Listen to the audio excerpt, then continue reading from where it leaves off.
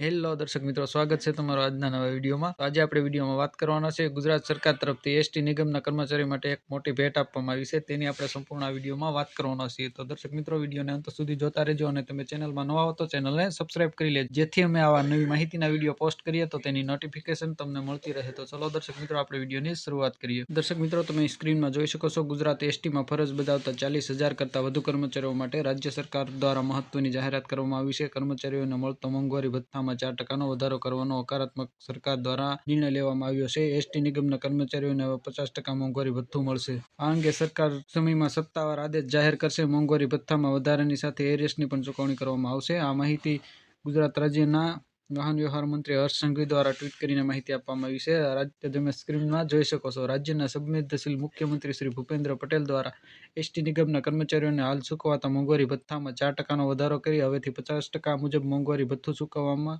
હકારાત્મક નિર્ણય લેવામાં આવેલ છે। સાથે વધારો થયેલા આ મોંઘવારી ભથ્થાનું એરિયર્સ પણ ચૂકવણી કરવામાં નિર્ણય કરવામાં આવ્યો છે। આ નિર્ણય થકી કુલ 125 કરોડથી વધુનો લાભ એસટી નિગમના કર્મચારીઓને મળવા પામશે। આગામી ટૂંક સમયમાં વિગતવાર આદેશ જારી કરવામાં આવશે।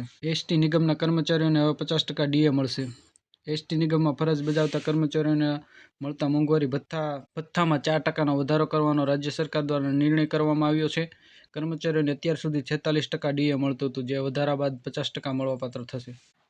હર્ષ સંઘવીએ ટ્વીટ કરી માહિતી આપી। વાહન વ્યવહાર મંત્રી હર્ષ સંઘવીએ ટ્વીટ કરી માહિતી આપતા જણાવ્યું કે એસટી નિગમના કર્મચારીઓને હાલ ચૂકવાતા મોંઘવારી ભથ્થામાં 4%નો વધારો કરી હવેથી 50% મુજબ મોંઘવારી ભથ્થું ચૂકવવાના હકારાત્મક નિર્ણય લેવામાં આવેલ છે। સાથે વધારો થયેલા મોંઘવારી ભથ્થાનું એરિયર્સ પણ ચૂકવણી કરવામાં નિર્ણય લેવામાં આવ્યો છે। આ નિર્ણય થકી કુલ 125 કરોડથી વધુ લાભ એસટી નિગમના કર્મચારીઓને મળવા પામશે। આગામી ટૂંક સમયમાં વિગતવાર આદેશો જારી કરશે। તો દર્શક મિત્રો, આ એક તમારા માટે નવી માહિતી અને નવી અપડેટ હતી। આશા રાખો આ વિડીયો તમને પસંદ આવ્યો છે અને તમારા કોઈ પ્રશ્નો હોય તો અમને કમેન્ટ કરીને ચોક્કસ જણાવજો। મેં તમારો પ્રશ્નનો રિપ્લાય આપીશું અને ફરી એક નવા ટોપિકમાં નવા વિડીયો સાથે મળશું। ત્યાં સુધી જય હિન્દ, જય ભારત।